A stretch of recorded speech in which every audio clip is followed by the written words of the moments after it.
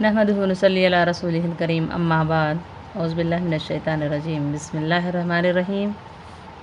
آج کا میرا عنوان ہے میاں بیوی کی صلاح۔ بعض کتابوں میں ایک حکایت لکھی ہے کہ دو میاں بیوی نے آپس میں یہ صلاح کی کہ ہم دونوں اپنے سب گناہوں سے توبہ کر لیں اور آئندہ کوئی گناہ نہ کریں تاکہ بچہ نیک پیدا ہو۔ دونوں نے اس کا اہتمام کیا، اسی حالت میں حمل قرار پایا اور بچہ پیدا ہوا تو بہت صالح اور سعید پیدا ہوا۔ ایک روز اس بچے نے کسی دکان سے ایک بیل چرایا۔ مرد نے بیوی سے کہا، سچ بتلا یہ اثر کہاں سے آیا؟ اس نے بیان کیا کہ پڑوسی کے گھر میں جو بیری کا درخت کھڑا ہے اس کی ایک شاخ ہمارے گھر میں ہے، اس میں ایک بیر لگ رہا تھا، میں نے وہ توڑ لیا تھا۔ مرد نے کہا، بس اس کا ہی اثر ہے جو آج ظاہر ہوا۔ بس اولاد کے نیک ہونے کے لیے اول درجہ تو یہ ہے کہ والدین خود نیک بنے، دوسرا درجہ یہ ہے کہ پیدا ہونے کے بعد اس کے سامنے کوئی حرکت بے جا نہ کریں، اگرچہ وہ بالکل ہی ناسمجھ بچہ ہو، کیونکہ حکماں نے کہا ہے کہ بچے کی دماغ کی مثال پریس جیسی ہے، جو چیز اس کے سامنے آتی ہے وہ دماغ میں منقش ہو جاتی ہے، پھر جب اس کو ہوش آتا ہے تو وہی نقوش اس کے سامنے آ جاتے ہیں اور وہ ویسے ہی کام کرنے لگتا ہے جیسے اس کے دماغ میں پہلے منقش تھے۔ غرض یہ مت سمجھو کہ یہ تو ناسمجھ بچہ ہے، یہ کیا سمجھے گا۔ یاد رکھو جو کام تم اس کے سامنے کرو گے ان سے اس کے اخلاق پر ضرور اثر پڑے گا۔ تیسرا درجہ یہ ہے کہ جب بچہ بڑا ہو جائے تو اس کو علم دین سکھلاؤ، خلاف شریعت کاموں سے بچاؤ، نیک لوگوں کی صحبت میں رکھو، برے لوگوں کی صحبت سے بچاؤ۔ بزرگوں نے لکھا ہے کہ اس طرح بچوں کی تعلیم کا اہتمام کرو۔ بعض والدین اس میں بہت کوتاہی کر کے اولاد کے حقوق کو تلف کر دیتے ہیں، مگر بچوں کے اخلاق کی درستی زیادہ تر عورتوں ہی کے اہتمام کرنے سے ہوتی ہے، کیونکہ ابتدا میں زیادہ تر انہی کے پاس رہتے ہیں، اس لیے ماؤں کو اولاد کی تربیت کا زیادہ خیال رکھنا چاہیے، والد بھی ان کے اخلاق اور تعلیم سے ذرا غافل نہ ہوں۔ حدیث میں آتا ہے کہ قیامت کے روز سب سے پہلے اولادیں اپنے والدین کے گریباں پکڑ کر کہے گی، دنیا میں ہم تمہارے تحت میں تھے، تم نے ہمیں حرام مال کیوں کھلایا اور سیدھے راستے پر کیوں نہیں چلایا، یعنی تعلیم کیوں نہیں دی، آج تم اس کا جواب دو۔ اس وقت والدین کہیں گے، کاش ہم کسی کے ماں باپ نہ بنے ہوتے، ہائے کسی کے بڑے نہ بنے ہوتے۔ ایک اور حدیث میں آتا ہے کہ اللہ تعالیٰ ہر شخص سے اس کے ماتحتوں کے متعلق پوچھیں گے کہ فلاں فلاں تیرے تحت میں تھے، تو نے ان کو کس راستے پر چلایا اور ان کا کیا کیا حق ادا کیا۔ یاد رکھو نبی صلی اللہ علیہ وسلم کی حدیث ہے کہ تم سب کے سب رائی یعنی ذمہ دار ہو اپنے ماتحتوں کے، اور تم سب سے ماتحتوں کے متعلق سوال ہوگا کہ ان کے ساتھ کیا معاملہ کیا اور ان کے حقوق ادا کیے یا نہیں۔ مرد اپنے گھر والوں کی اصلاح کا ذمہ دار ہے۔ قرآن شریف میں ارشاد ہے، ترجمہ، اے ایمان والو تم اپنی جانوں کو اور اپنے اہل و عیال کی جانوں کو اس آگ سے بچاؤ جس کا ایندھن آدمی و پتھر ہے۔ اس کی تفسیر میں حضرت علی فرماتے ہیں، یہ ارشاد خداوندی ہے کہ اپنے گھر والوں کو علم ادب سکھلاؤ۔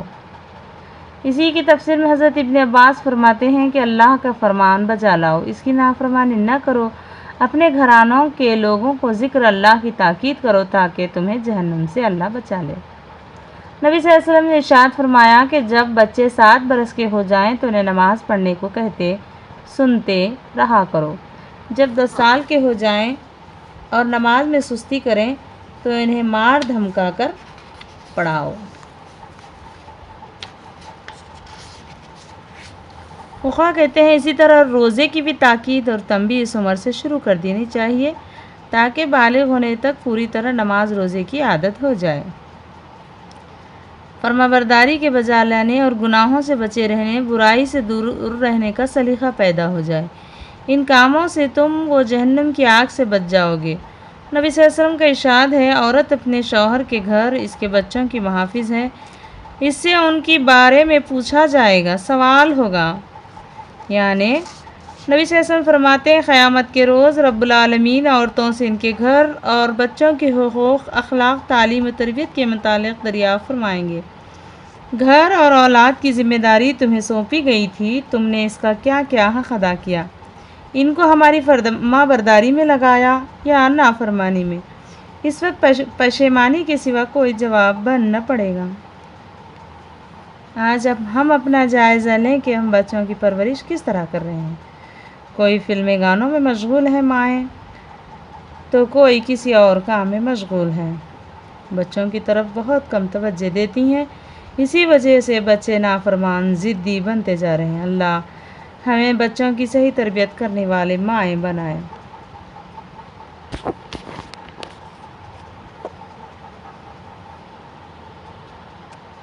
اولاد کو ماں ہی، عورت ہی بگاڑتی سنوارتی ہیں۔ بعض بڑی بوڑھیاں جب کسی مرد کو بدچلن سنتی ہیں تو چھوٹتے ہی کہہ اڑتی ہیں کہ ہو نہ ہو کسی عورت کا بگڑا ہوا ہے، جس سے مراد یہ ہوتی ہے کہ یا تو کسی عورت کے دام میں پھنسا ہوا ہے، کسی عورت کے زیر اثر خراب ہوا ہے۔ پتہ چلا تحقیق سے تو گھر والی کے بے ڈھنگ پن، بد سلیقے ہونے، بری رسم اور فضول خرچیوں نے دیوالہ نکالا ہے کہ گھر کا تار تار بک گیا، بال بال قرضے میں جکڑا ہوا ہے۔ ایمانداری، دیانتداری ختم ہو چکی ہے، جھوٹ، خیانت، چوری، اچکا پن سب روا ہے۔ غرض یہ کہ پیسہ ملے، خواہ وہ کسی طرح ملے، ورنہ گھر کا کاروبار کیسے چلے؟ اگر بیوی کی کارستانی نہیں تو کسی عورت کی ہو سکتی ہے۔ گھر اور پیٹ دونوں خالی۔ اب بیوی بیچاری آفت کی ماری ہے، بس چلے تو سرے بازار اس کا بھی کوڑے کریں۔ ماں نے پیٹ بھر کے بگاڑا ہے، جو ایسا شاطر بدماش بدچلن آوارہ ہوا ہے۔ یہ سب ماں کے بیجا پیار لاڑ کا نتیجہ ہے۔ شروع سے بگاڑ کے لچھن تھے، بڑے ہوئے کھیل کھیلے، ہاتھ پاؤں نکالے، ماں کا سر توڑ کر لیتے رہے۔ ماں نے ہاتھ کھینچا تو سعید زادے صاحب نے دست ظلم دراز کیا، ماں کا سارا گہنا چپکے اونے پونے بیچ ڈالا۔ اگر ماں باپ نے ساجدزادے صاحب کو کسی چیز کی دکان کرا رکھی ہے تو صاحب نے بے فکری کے ساتھ وہ دکان کا مال بیچ کر کھانا اڑانا شروع کر دیا۔ ماں اپنے بچے کی تعریف کرتے کرتے اپنا منہ خشک کرتی رہی۔ اسی طرح اس گھر کو آگ لگ گئی گھر کے چراغ سے۔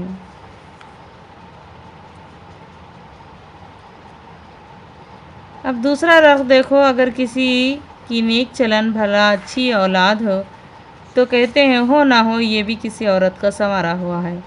یہاں بھی اگر معلومات کی جائے تو کوئی نہ کوئی نیک بخت ہجے سدھارنے والی نکلے گی۔ شاید بڑی بہن کا اثر ہو، شاید ماں کا اثر ہو۔ یہ ساری نیک نہادی کی بنیاد ماں کی گود کی ڈالی ہوئی ہے، جو شروع سے راست بازی کی گھٹی پلا رہی تھی، ہمدردی شرافت کی لوری دے رہی تھی اور نیک کرداری کا چلن سکھا رہی تھی، ہر حرکت پر نظر، ہر بات کی نگرانی، ہر کام کی نگرانی کر رہی تھی۔ اور یہ اس ماں کی بہتر تعلیم و تربیت کا نتیجہ ہے۔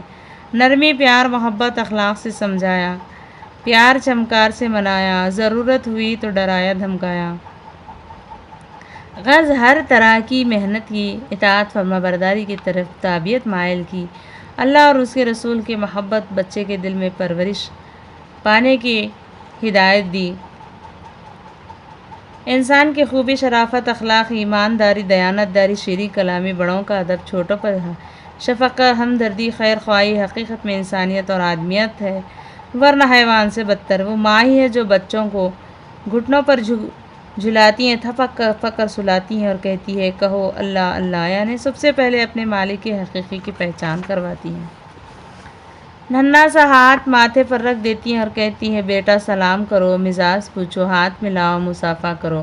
غرض جس طرح طوطے کو پڑھاتے ہیں اس سے زیادہ اپنے لخت جگر نیک اختر کو پڑھاتی ہیں، اپنے سے اچھا کھلاتی ہیں، اچھا پہناتی ہیں۔ اسی وجہ سے ماں کا اثر سب سے پہلے بچے کے دل پر نقش ہوتا ہے۔